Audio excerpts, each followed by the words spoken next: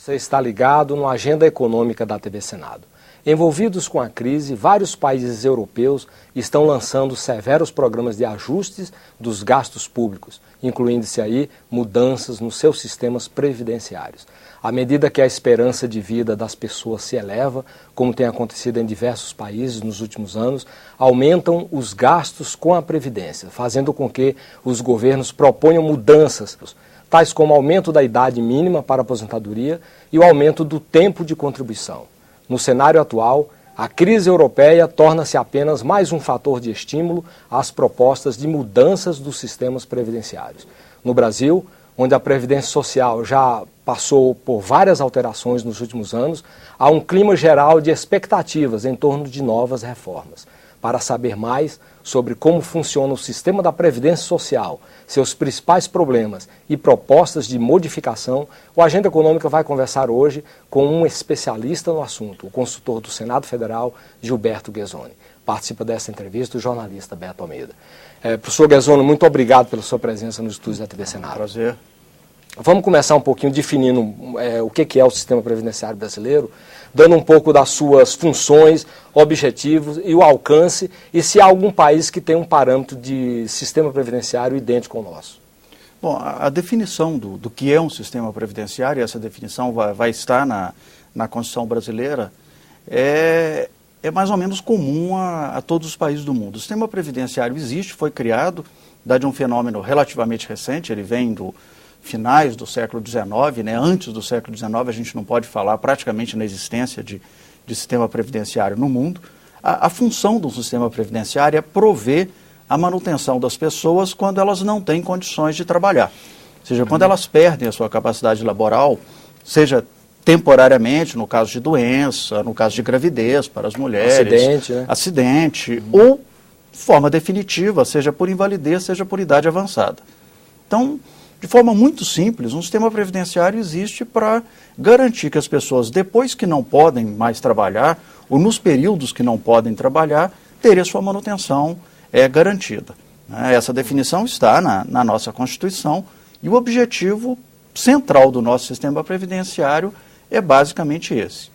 Hoje em dia, praticamente todos os países do mundo têm sistemas previdenciários, fenômenos principalmente como o aumento da idade, da expectativa de vida, tem obrigado a criar esse sistema previdenciário, porque há 2 ou 3 séculos atrás as pessoas morriam extremamente jovens, as pessoas morriam aos 50 e poucos anos, 40 e poucos anos, até antes disso. Então, na verdade, você não precisava de ter um sistema previdenciário. Os poucos idosos que sobreviviam acabavam sendo sustentados pela família. Hoje a gente não tem como ter essa estrutura, porque, felizmente, a nossa expectativa de vida subiu bastante em todo o mundo. O Brasil já se aproxima dos 70 e tantos anos de expectativa de vida, vários países já se aproximam dos 80, e a percentagem de pessoas mais velhas tem subido em todo o mundo e reduzido o número de jovens. Um fenômeno que tem acompanhado o crescimento da expectativa de vida é a redução da natalidade. Então, nós temos cada vez mais pessoas idosas e cada vez menos jovens no mundo. Mas então, o sistema brasileiro, ele é mais abrangente do que, em geral, dos outros países? O sistema previdenciário? Eu acho que o sistema previdenciário brasileiro, ele tem... primeiro, acho que uma questão que a gente tem que saber quando se trabalha com o sistema previdenciário brasileiro. Basicamente, nós temos 3 grandes grupos de regimes previdenciários no Brasil. E cada um desses grupos tem regras próprias, leis próprias, histórias próprias e tendências e prognósticos diferentes. Nós temos o regime geral de previdência social, que é o grande regime, é o regime do INSS, que é um único regime, que atende basicamente a todos os brasileiros que trabalham na iniciativa privada, um sistema gigantesco, um dos maiores sistemas previdenciários do mundo, é a maior despesa que o país tem entre os seus gastos públicos, algo que se aproxima dos 250 bilhões de reais, deve chegar esse ano o gasto previdenciário brasileiro, até eventualmente superar esse número, cobre um número extremamente significativo de pessoas, nós temos aí 20 milhões de segurados, é o grande sistema. Ao lado desse, nós temos os sistemas dos servidores públicos, e aí nós temos dois grupos, né, o dos civis e dos militares. Aqui são sistemas que, ainda que ambos tenham regras gerais definidas na Constituição, é preciso ter atenção também que, na verdade, quando a gente fala, por exemplo, no regime previdenciário dos servidores públicos, nós estamos falando de milhares de regimes, porque cada município, cada estado tem o seu regime e ainda que eles sejam muito semelhantes, tem algumas pequenas diferenças. A mesma coisa nos militares, né? O principal deles, claro que é o das Forças Armadas, mas nos estados as polícias militares também têm os seus regimes previdenciários. Então, na verdade, nós temos três grandes Isso atrelado regimes às finanças do próprio Estado. Do próprio Estado. O regime, cada Estado é responsável pelo seu regime previdenciário dos servidores civis e dos militares, e cada município dos seus servidores públicos, né? Os municípios não existem militares municipais.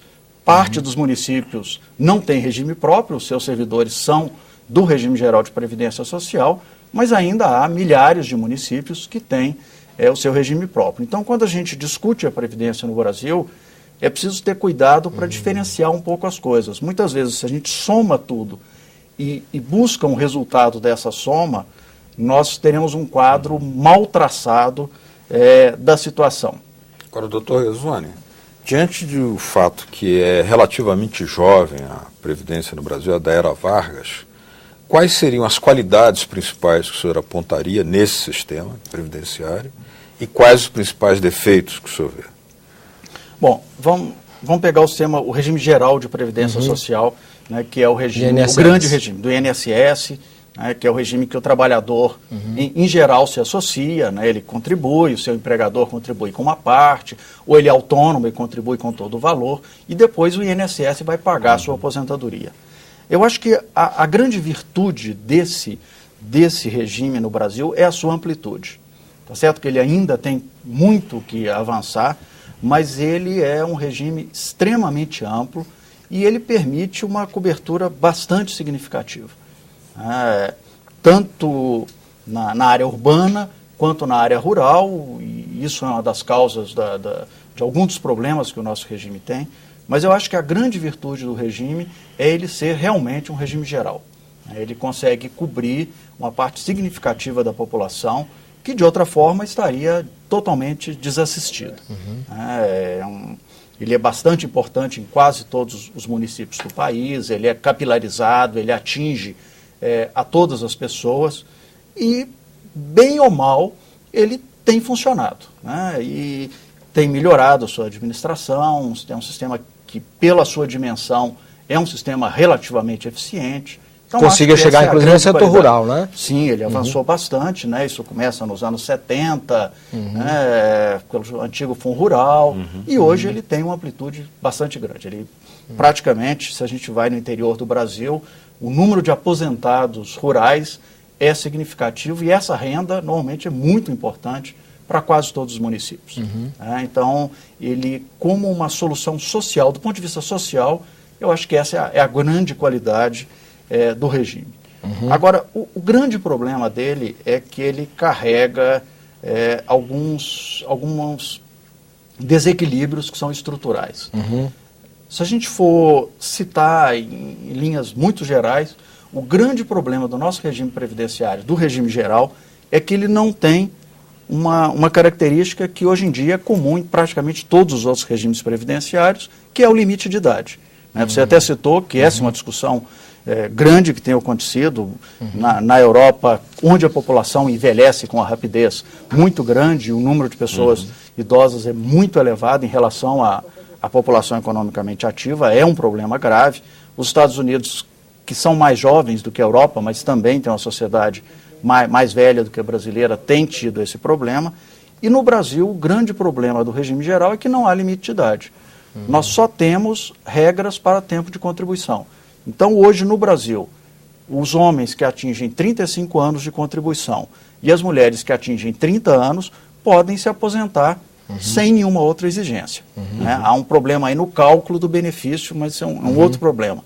Então, o que nós temos? Hoje a idade mínima na Constituição para começar a trabalhar é aos 16 anos.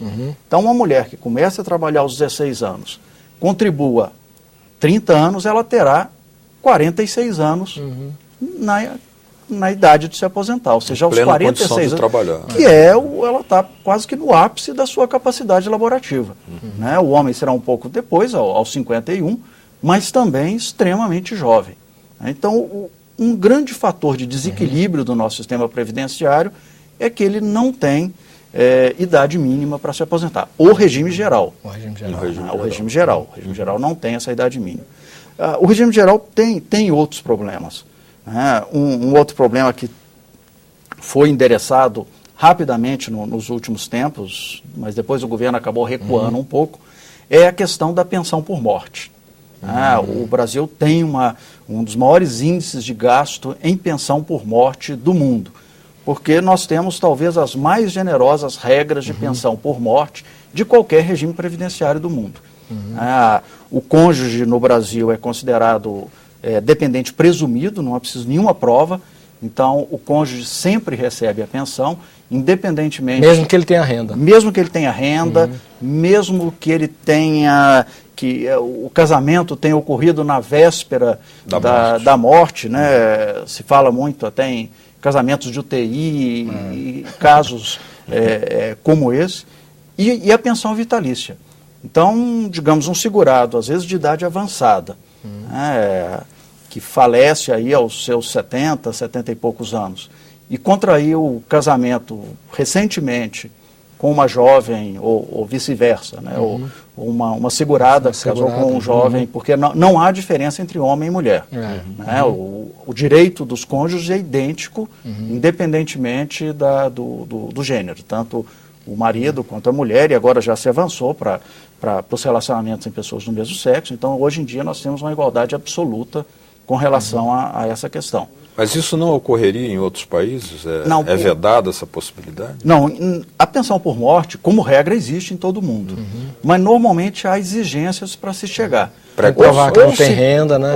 Exatamente. Ou o cônjuge tem que demonstrar que ele tem uma dependência econômica do cônjuge falecido, ou em alguns casos não se permite que isso seja vitalício, ou se criam restrições para a diferença de idade. Né? Então, o exemplo que eu estava dando, uma pessoa de 70 anos que falece e deixa um cônjuge de 30 anos, essa pessoa terá uma pensão vitalícia, né? E com expectativa de vida ela vai viver mais 50, 60 anos para toda a vida. E não há nenhum redutor. A pensão equivale à totalidade da aposentadoria ou da base do chamado salário de benefício que o contribuinte falecido teria. Ou seja, são regras que a gente não encontra em outros países do mundo. Normalmente, ou se exige alguma forma de dependência, ou há um redutor no valor dessa pensão, ou ela é temporária, ela não é vitalícia, ou se criam outras restrições, exige um tempo mínimo de casamento, ou não se permite uma diferença de idade tão grande, né? É comum, quando a diferença de idade supera 20 ou 30 anos, não haver concessão de pensão. Então, esse é um outro problema do regime geral, que a pensão é extremamente generosa.